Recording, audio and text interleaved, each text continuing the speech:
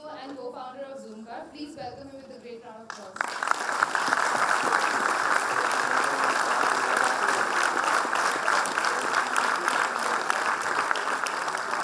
Welcome, Greg.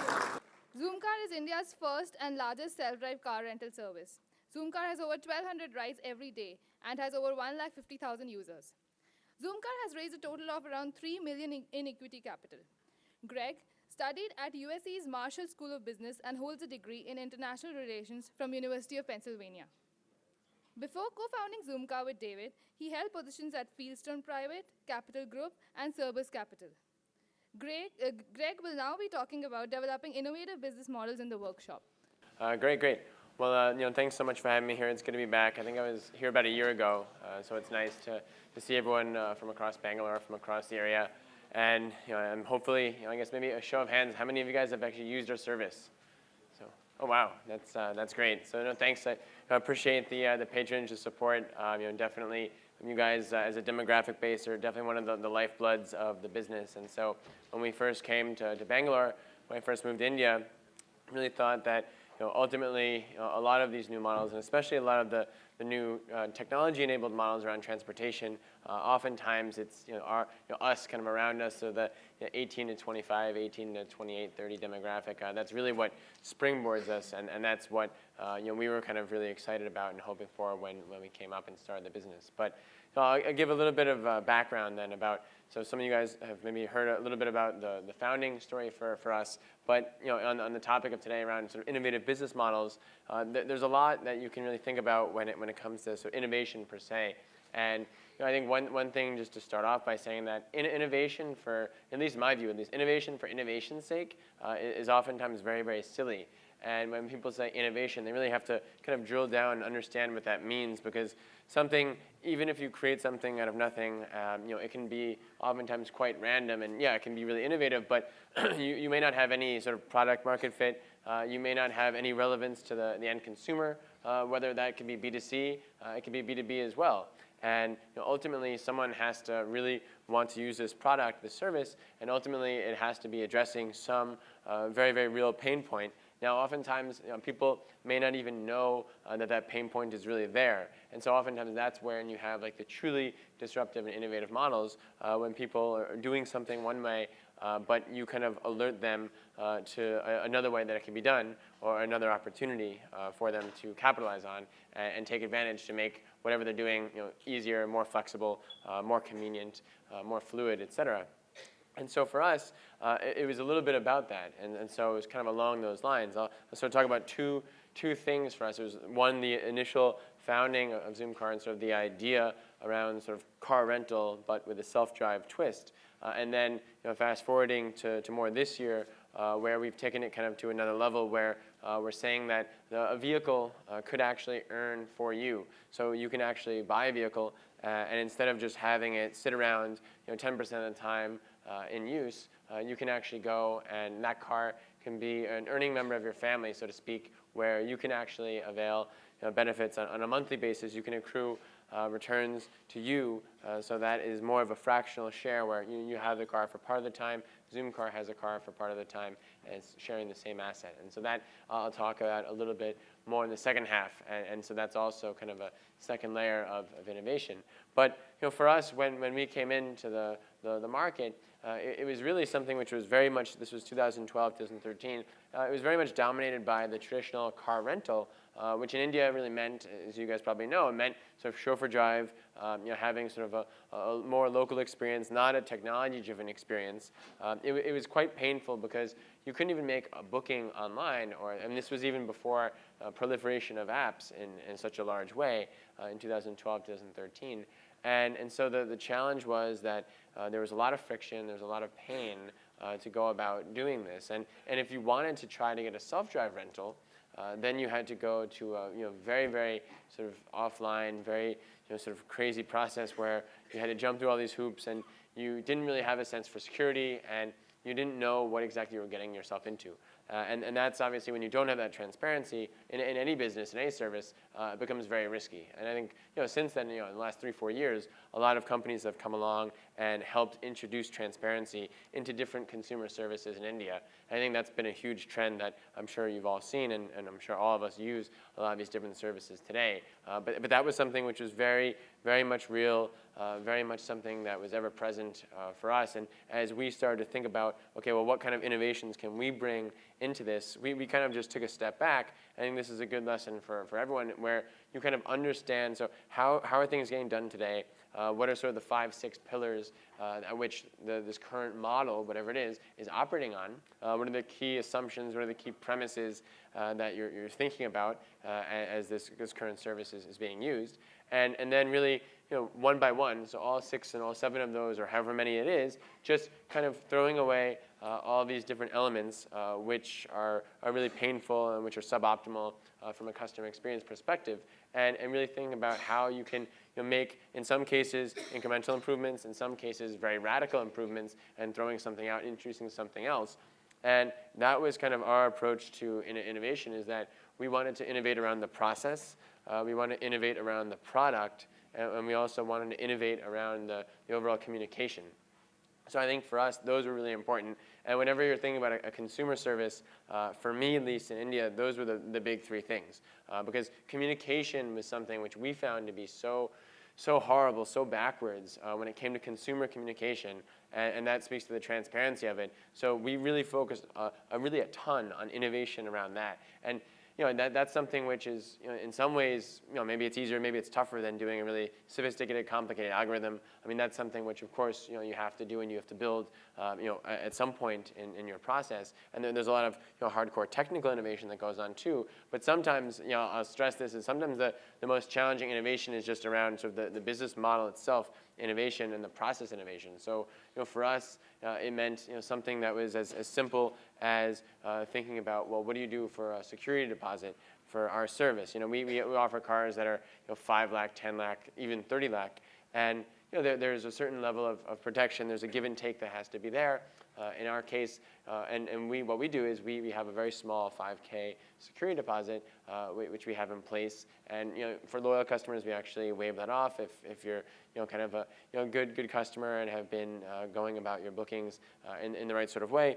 But what was there before, from a process standpoint, was altogether highly fragmented, very, very silly, at least our view. And that was where you would have to put down 1 lakh as a security deposit, and oftentimes in cash. You couldn't accept debit card, you didn't accept wallet or net banking or these other mediums. And so as a process, that became very, very poor, and oftentimes you had to do that in person, and you do that in cash sometimes. But that was something which really, I think, in many cases, sabotaged the potential growth of this sort of business model. And that's just one illustration. But another illustration from a process standpoint in our context was, we consider ourselves a hyper-local, community-based player, and we're always thinking about how we can make it such that more and more people can access it in a very easy, very, very clean way. And so what that means for us is having all these different pickup points, offering the opportunity, the option of home delivery. That's something that we've been doing for some time now.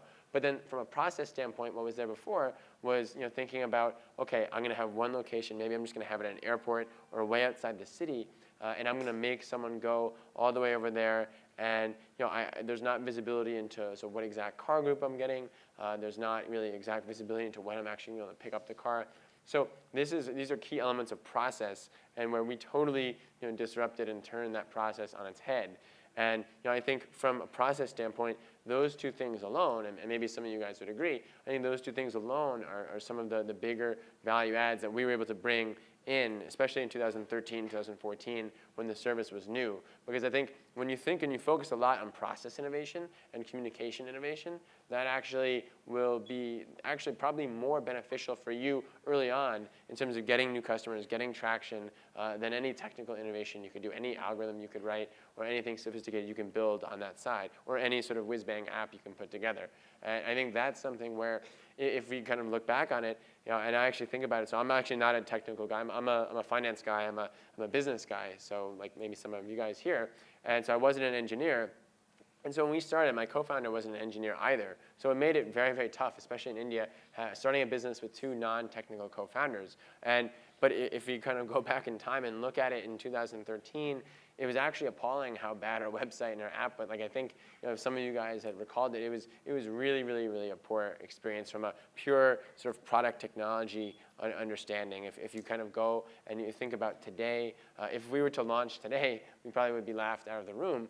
Thankfully, we were launching at a time when there was a little bit more forgiveness around it because not as much had come up at that time. The design ecosystem in India is much better today than it was in 2012, 2013. I can tell you that for sure.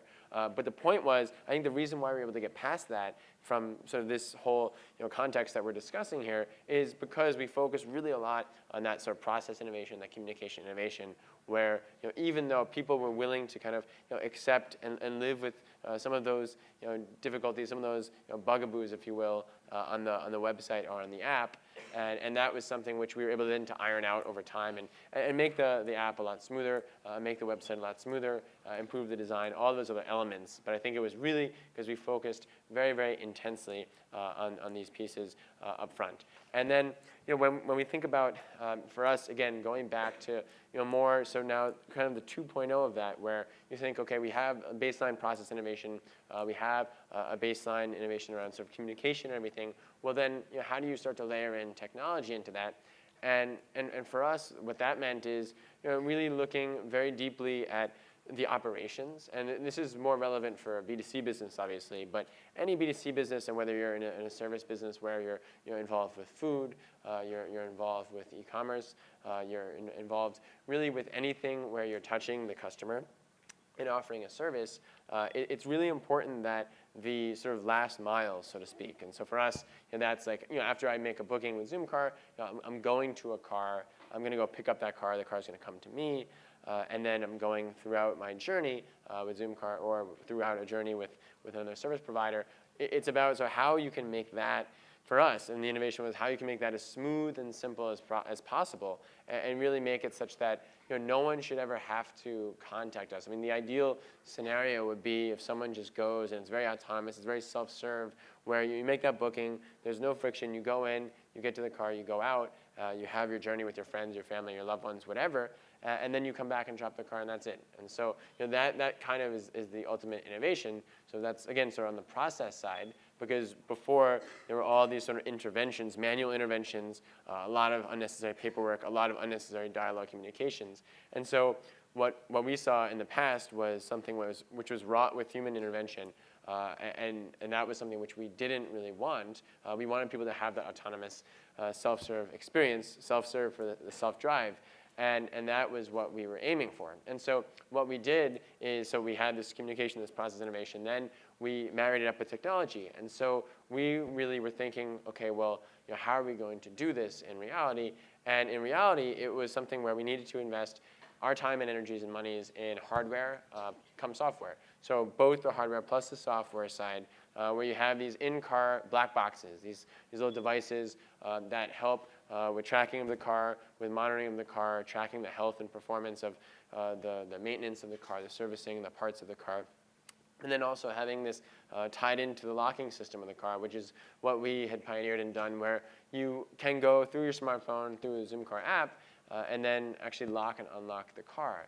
And that's something which we've been doing more work and sort of continuously sort of more R&D around that. But ultimately, what we were able to do with that is then have a system which was all sort of built in, tied in to that booking ecosystem. It was like an extension of the booking process through the technology where you could then go up to a car, it would have your unique mobile number as the ID. You could go, and then you could actually just enter that in. You could drop an SMS, or you could use the app itself. And then you can actually start and get on your way. There's a digital checklist there into the phone, into the app itself, so that you don't have to worry about unnecessary communication, unnecessary friction, extra downtime. It's about saving you time and doing that through technology and process sort of combined. So I think the lesson there, at least for me, is that this is very sort of trying to think about very pragmatic innovation where you're kind of really thinking about it from the bottom up. So I think too often times, people think about innovation, it's very top down. It's like you're intellectualizing, you're philosophizing, and oftentimes in the classroom maybe that comes up too. I remember when I was in business school in the US, that is something which oftentimes you're kind of too concerned with these concepts and what's happening on a macro level, but the real innovation comes from sort of your passion about the business, the sector that you're in, and really knowing things at the ground level, at the bottom level, and then the micro level innovation. That's every super innovative company. I mean, if you look at people like Steve Jobs, if you look at people like Elon Musk, who are probably two of the most innovative guys around over the last 20, 30 years, that was something which they pride themselves on. I mean, it's something that Elon Musk still prides himself on, I know. But I think that's something which we, especially in our business, we really need to have that because there are a lot of moving parts. There's a lot of complexity, and that's something which we'll continue to think about going forward. So that's the first part of the innovation that I would talk about. The second part, which I alluded to earlier at the beginning here, is that really now for us, we're kind of entering in a new phase for ourselves. Whether you don't really call it a pivot as such, because it's not really that. It's more just an expansion of what we've been doing and kind of broadening out and diversifying into something else which can give value to more stakeholders in the overall process. And so traditionally when we start off, there were a lot of regulatory challenges that were there. We had to work on a special model for supply where we would work with banks, leasing companies, and other financial service players to help put supply together by financing cars ourselves. And that was something which was certainly successful. We were able to get to a good amount of scale. And it was actually relatively capital efficient because you can actually secure very, very strong LTVs, so loan to value ratios, and be able to actually conserve that capital to invest in technology and product. But even with that, there is some element where you want to always go faster and faster. And we've seen demand really take off, especially over the last 12 months. And I think as a result of that, it kind of made us sort of more introspective. And we were thinking about ways that we can kind of revolutionize more on the supply side. So we were always thinking about the customer side of things more, where we wanted to make the processes, again, the process of communication, the technology innovation there. But now how can we kind of redefine and think about scale and think about innovation around scale? And again, you see this all the time with manufacturing companies where, okay, they have like new robots or you have different IoT devices which can help on the supply side for scale. Now for us, that wasn't going to be, we're not making anything as such. We're not building, constructing things. But we are sort of thinking about taking supply, bringing that together. I hate to use the word aggregator or aggregation because that's very trite, very played out, and most people don't even know what that word means. But I think for us, it's about putting these different building blocks together and making sure that instead of having, say, 5,000 cars, can you actually get 25,000 cars in a much, much quicker, more seamless, more robust fashion? And we'd always been working on this, and some of the challenges have always been around the regulation. But we were able to work with different stakeholders, whether it's regulators, whether it's financiers, whether it's our own customers, and think about, well, what is it that we can do to bring, again, instead of the value for our customers who are driving our cars, think about the value for people who could help facilitate cars to put onto our platform. And so we were really thinking about, well, are there ways that we can really make something super, super seamless and super compelling for these guys? And we thought about it kind of in two ways. We know that, and again, it's sort of funny because taking a step back, this is something which even I, having lived in India now for 4 years, I still wasn't really as familiar with this as I was then. Maybe 6 months back, I really started to get a handle for it. But when we started to think and peel the onion back on the way people thought about personal investments, because we were thinking, well, if we're going to have other stakeholders, so the innovation here was that you want to bring in these different stakeholders to help us expand our supply base. And we were thinking, we were talking to a lot of folks, and some guys like yourselves, some guys a little bit older, some guys in their own businesses.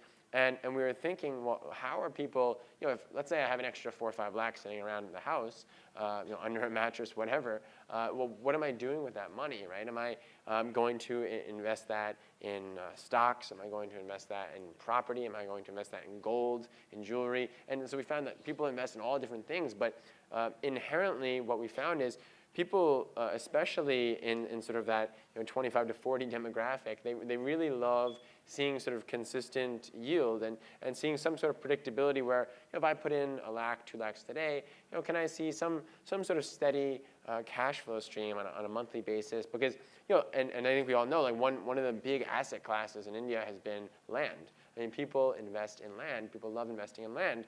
And I think in Bangalore, whether that's here, whether that's Hyderabad, Pune, Delhi, wherever, it's one of the biggest investment classes for people who have a little bit of extra money. And that's something which I think, again, as we all know, it's very illiquid. So not to go too draconian here onto the finance side, but investing in land, you may not get a return in 5 years, 10 years, and there may be some bubble. There's things out of your control, right? I mean, not everyone wants to take on that sort of risk appetite. No one, not everyone wants to go down that path. And since the equity markets, people, like if I'm in the US or if I'm in Europe or even in China, there's a lot more penetration into investing in the stock market. That's something that's still coming up in India. And that's something where there's still an education process there. So again, it's not the place where a lot of people want to deploy money and sort of think about a partnership. But what we were thinking is that, can we actually sort of marry up the sort of, sometimes there's a little bit more risk aversion because of these traditional investment products.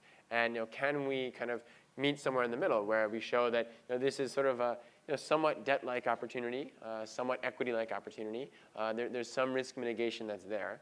And we kind of can come to an arrangement and understanding which can really work for both sides. Work for Zoomcar because we can take cars and we can take them a lot more quickly and keep investing into the core technology, into the market development, et cetera, but then also offer something in return to these folks. And that was what we had introduced with our ZAP program, which is the Zoomcar Associate Program, where individuals first, we kind of gave two options. We said, look, one, you can actually think about just putting a car onto our platform for a full-time basis and then kind of sharing in the revenue of that over time.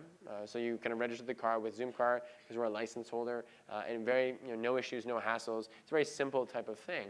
And we had a great response to that. We had over 2,000 people kind of come in and sign up within a matter of weeks.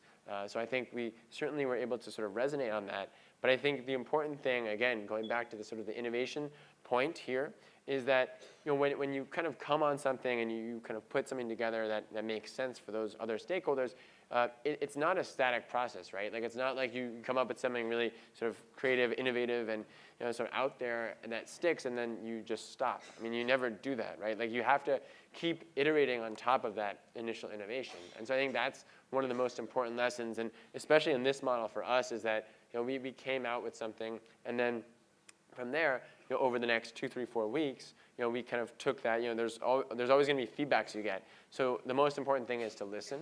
Whether that's listening over email, social media, whether that's over the phone, and whether that's in person. Oftentimes, and for this, like if you're doing something where you're going to have all these different stakeholders, they're going to be putting in money with you, and there's going to be this sort of interaction. It's important that you do it. It's important that you do it in a way where there is initially going to be a lot of personal interaction. And so we have a dedicated team for this. But we constantly would have internal meetings where we would huddle and discuss a lot of these different points that come back to us from the end user. In this case, it's the associate who's going to be investing. And so the critical part of this innovation is really sort of listening and then coagulating and bringing that together as you continue to evolve and have that incrementalism. And so we did that sort of in the first version of this model, and then we recently launched the second version of this model, which I think probably would be considered more innovative, if you will. But the idea here is that we know, and I alluded to it earlier, we know that people end up 8 to 10% of the time using their cars. And this is, for me, as someone who's really obsessed with sustainability and thinking about sort of clean living, et cetera, this is an appalling stat. It's really offensive because it means that in a city, and it took me like over an hour just to get here today. For I could have run here actually in a faster amount of time. I mean, it took it was 8 kilometers. I can easily run 8 kilometers in an hour. So the point is that we have way too much congestion. I mean, no one will deny that, and we have cars sitting around doing nothing. It's a joke. I mean, so we say that, okay, well, how are we going to solve that, right? Like we need to do that. I mean, not even just for our business model, but for a city. I mean, how can Bangalore exist today in 10 years if this just keeps going at this trend? It's not going to make any sense. So that's why we said, well, look, instead of us, again, having to go out and take, because we know the demand for Bangalore is 10,000 cars, 15,000 cars just on this sort of platform. How are we going to do that? Do we want to take in that many new cars all the time? Or do we want to sort of fractionally share cars that are either already there or that people can buy a car and then instead of just buying it and letting it sit, especially when they do that with second cars, which is even worse. When you buy a second car, it usually sits even more. But how are you going to do that and make sure that then you can use that car 2 times a week, 3 times a week, whatever you need, and then the other amount of time, 3 times, 4 times, 5 times a week, whatever it is, you should just list it on our platform, and then customers can come basically to your house and then or to your parking driveway lot, whatever it is, and take the car. And so this is something which actually, there's inspiration for this in China, in the US, and Europe. There's iterations of this type of model. Now we're spinning it a little bit into our context, into the Indian context. So it's very much not a copy-paste, that's for sure. But there are inspirations for this in other places. But the idea here is that you can think about offsetting your EMI. Most people, 80% of people in India take loans for cars. So you can help reduce that. You can earn 5, 6K, 8K, 10K a month. And that's actually a pretty sizable thing. Whether it's, okay, I can take X many more vacations. I can do X many more really nice dinners out or whatever I think about what I'm going to do with that extra money. People can think about, instead of taking a compact car, say a Swift, they can take now a Honda City or something. So the idea is that it gives them the option of sort of flexing up and doing that, which is nice. And then also, for people that the replacement cycle of a vehicle, typically sort of 7, 8 years, where in this case, you're using the car more, but then you can sort of trade in for a newer car a lot sooner. And this is something where the other stakeholders for us are the car dealers and the OEMs. And so this is a model which allows them to make sure that more people are experiencing the product. You can have for one product, if I have one car that you buy, it's sitting in your garage in your driveway, you're not going to have many people use it. You'll have maybe 3 or 4 people use it over the course of 4 or 5 years. In this case, it's that same car, but it's going to get used by so many more people. It's going to get used in 1 year by 250 people.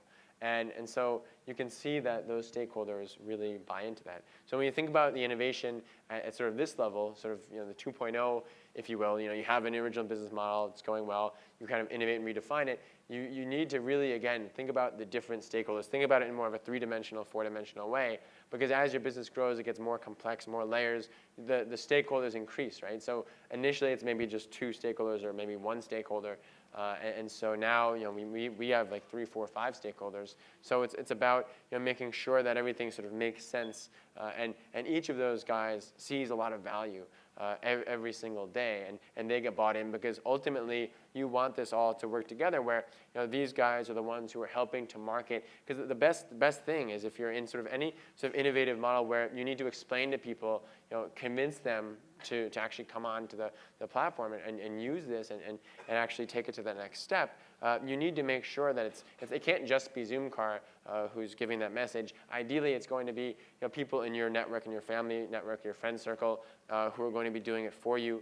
That's where things like referral programs work really, really well, which we're going to be certainly pushing out in a major way. But as opposed to just referral programs, if you hit people from multiple sides, right, and you hit them really from a value standpoint, you don't want to sell people. I mean, there's certainly a way to sell things, but it's about bottom-up selling. And too often, especially in India, I've seen there's a lot of top-down selling where it's like that's one of the worst things. Right? You go into a car dealership and someone is just trying, or you go into a grocery store even, or going to a place for clothes, and people are always trying to push things on you without really understanding your problems and your pain points. And I think that is something which we really don't want to do. And I think because of the way we've sort of built and architected the model, that's what we're really all about. And so I think as we come up here, I mean, we'll be doing this not even just in Bangalore, but going out into tier 2 cities. And I'll just kind of end on the point that we're in 7 cities where we're actually across all the tier 1s. We're launching in another 10 cities here very, very soon. But the point is that what works, and when you think about sort of the innovation in the context of Bangalore, Mumbai, Hyderabad, Delhi, any of the big tier 1s, and then you think about, well, okay, maybe what'll work in Mangalore, what'll work in Mysore, in Coimbatore, in Vizag, some of the tier 2 cities, it's important to take a step back again and think about it a little differently because that customer base, it may just surprise you. And the way you actually go about building up your product, and the way you think about even sort of the operational processes may change. So the point is that you need to have a little flexibility there. You can't just say you're going to do things 100% there from a process communication product standpoint.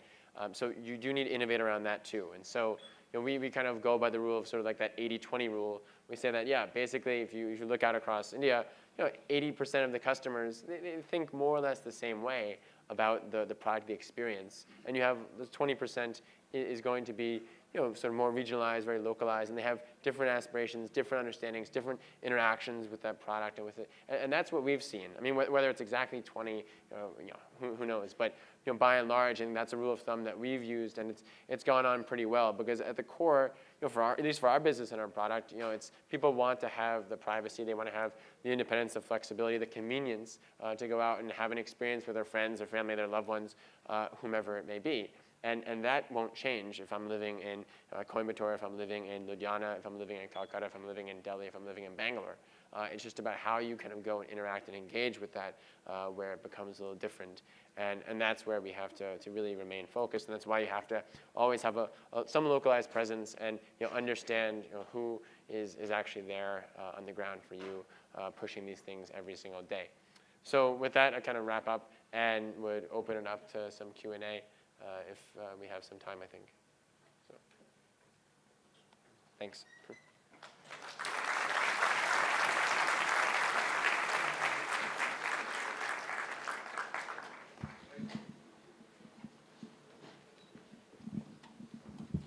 So you studied in Philadelphia, where the Declaration was signed, Right.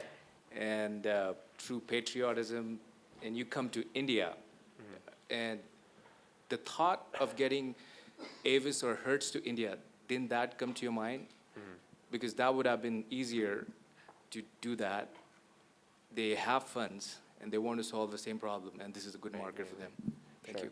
Yeah, it's a valid point. I mean, something that we certainly got all the time when we started off. If you look at it, so Avis actually was in India and still is in India to this day. So they've been consistently here in sort of a very different avatar. So sort of unique to other countries, because Avis usually has a model where they kind of go in full, whole hog, 100% from their parent company. But here they have a JV with the Oberoi Group, and of course, Oberoi Hotels. So because of that, they've had a very different approach, taking sort of luxury high-end cars, chauffeur leasing, all of this, never really with a focus on self-drive as such. So it didn't really make sense for them. Like kind of, they were pure B2B. Culturally, that was what they wanted to do in India. And they didn't really think at all about sort of technology, iteration, and development. And they didn't want to go after sort of the operational process overhaul. All the things, the hard things that we did early on, that was not something which was really in their DNA, and that was not something that I focused on. So if you look at Hertz, though, they actually did come, and it was a franchisor model with Cars on Rent and Oryx back at the end of last decade into the beginning of this decade, and that never picked on. So that was kind of like what I was alluding to at the beginning of the talk, where they had like really random processes and things that were really very much muddled, didn't really make any sense from a customer standpoint, because it made it extremely inconvenient. It was really inflexible, very uneconomic. There was just nothing where customers could really trust that experience, because it was really seemingly arbitrary, and you wouldn't be able to communicate to them, and you couldn't do things digitally. And so because of that, Hertz, they kind of quickly backed out of that, because they realized that they weren't willing to make that investment, really have that visceral understanding and build from the bottom up. A lot of times you see this with MNCs, and the reason why MNCs, in almost every industry, they always lose to the startups. I mean, since when have you seen an incumbent be able to fight off a startup in a consumer business? Never, really. So it's very challenging, and it's because they don't have that core understanding and that belief in wanting to kind of go from the inside out. So would you be comfortable getting acquired by them maybe in any Well, no, I mean, I can't really comment on that, but it's definitely something that we have aspirations ourselves to kind of keep growing and building this thing in a certain kind of way.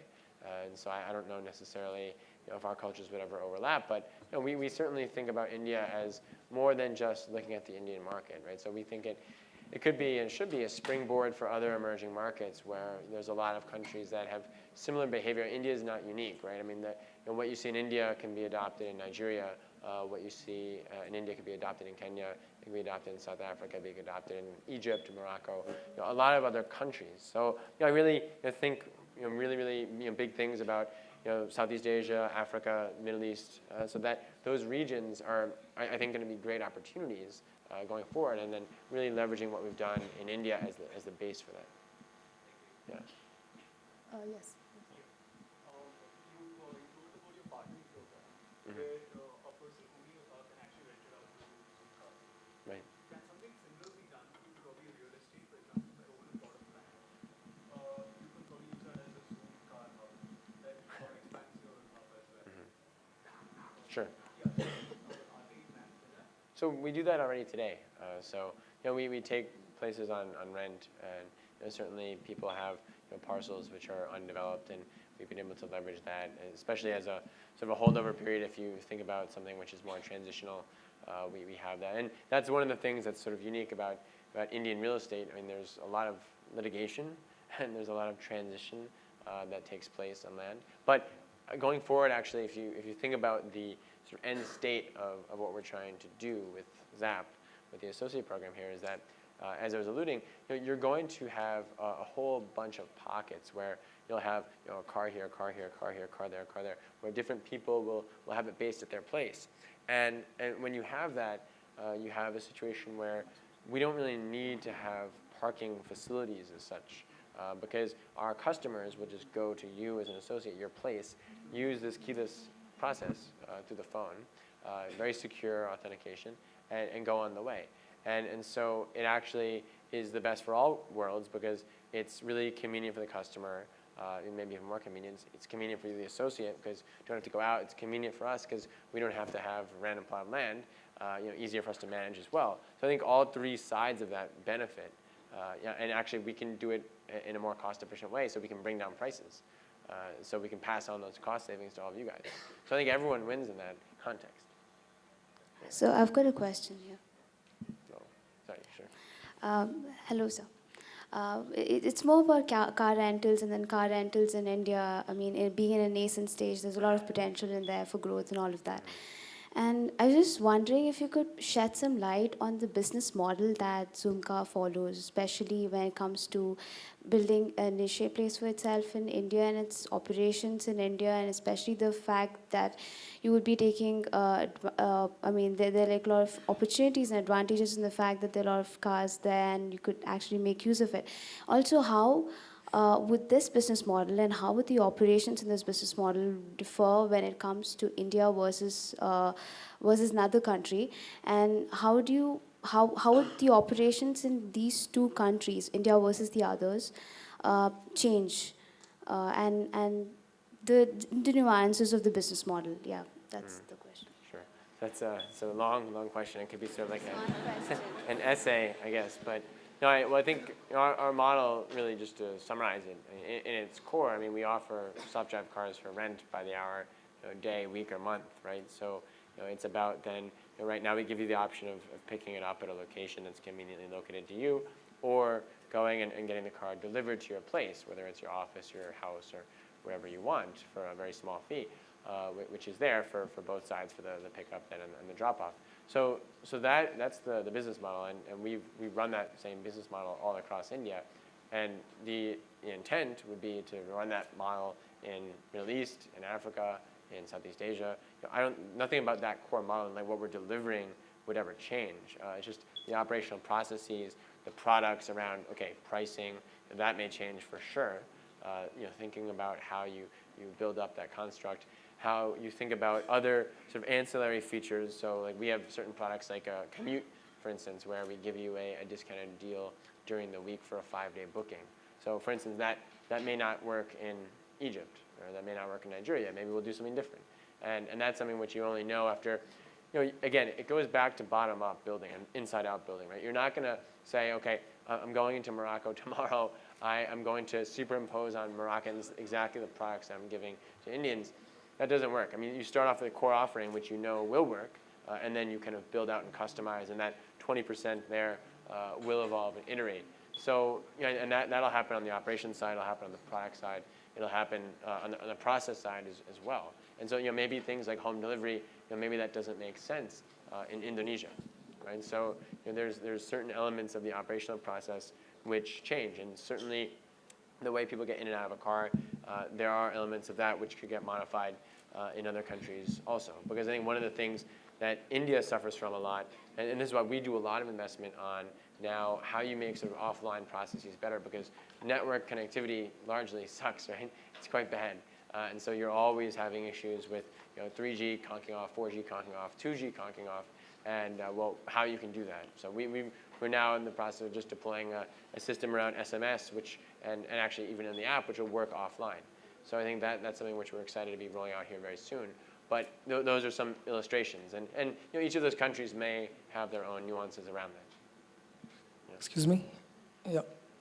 So, Oh, yeah. hello, Greg. Good afternoon. It's an inspiration for us, all of us, that a guy from another country is setting up the business in another country and doing good in the Indian market.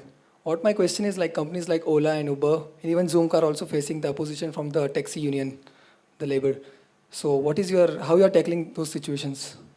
Sure. So just to clarify and take a step back, we actually don't really face much objection at all from the taxi unions because, again, we don't have a driver. So we are a self-drive service. So as per my knowledge, in Ladakh, the taxi union were opposing Zoom car, and they were thrown stone and the iron rod to the. Right. Yeah. So. Right.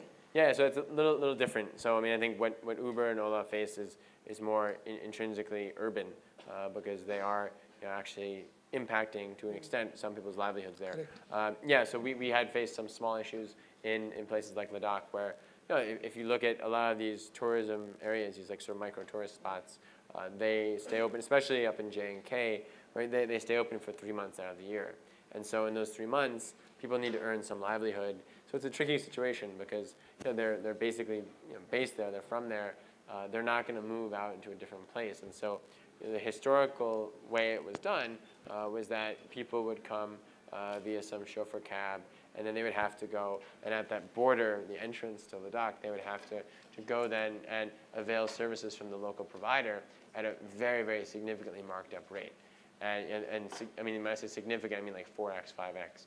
And so that, obviously it's a very bad customer experience, but again, the government, and you can't fault them, right? There's a supply-demand constraint, and then when you kind of come in and you have something that's already there, and you offer it, it's obviously taking a bite out of their business. And so alternatively, what the solution that we worked on is that our customers, if they want to take a Zoom car into Ladakh, they can do that. They just have to pay an additional entry tax. So that was something which we worked off, and that was a discussion with the local community there, which I think was a natural mediation. So yeah, you may have those situations in certain localities. I think Goa is another example where you have certain elements in Kerala as well, where you have things that are sort of similar in nature to what you might face in J&K. Thank you. We'll have one last question. Someone from that side, please.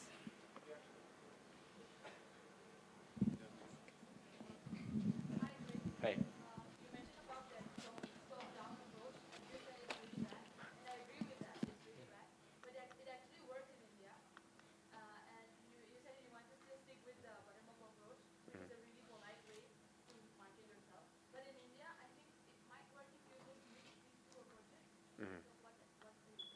So in terms of marketing, well, I think keep in mind that that's not exactly what I was getting at, because I think from a top-down perspective, there are certain elements of top-down which are helpful when it comes to maybe marketing and such. But I'm talking about when it's more product building and sort of customer understanding. That's where it has to come bottom up. I think again, I'm not sure what you're driving at, but yeah, top-down. I mean, there's certainly some marketing campaigns which are more. I don't know if you're thinking about like ATL marketing or things that are coming from above and saying, yeah, and sometimes you do have to say, people maybe they don't know what they want, and you have to kind of build and say, like, this is what you want. I mean, I guess that's something that Apple has done really effectively in the past. And I think, yeah, to an extent, we do have to go that way. But I think when you go that way, you have to be very careful, because I noticed that if you're too aggressive on that, then you might end up offending, or you might end up pushing people over the edge in the wrong way. So I think, and what we've done typically when we've kind of gone for that approach where it's like, oh, you don't know what you want, so to speak, we've done it in more of a sort of creative, humorous way. I think that usually helps because you kind of distill the message. It's not like you don't go to them and say, oh, your car's just sitting around, like, you idiot, like, why are you doing this? You have to come on board. So you kind of have to do it. You interject humor into it, and then it's a lot easier, I think, to elicit that sort of response in a top-down fashion. So our marketing team, our creative guys, like they work on that, and I push that along as well. I mean, I like to drive a lot of these marketing campaigns also, but I think that's something which we'll probably do a lot more of, to your point, in the future.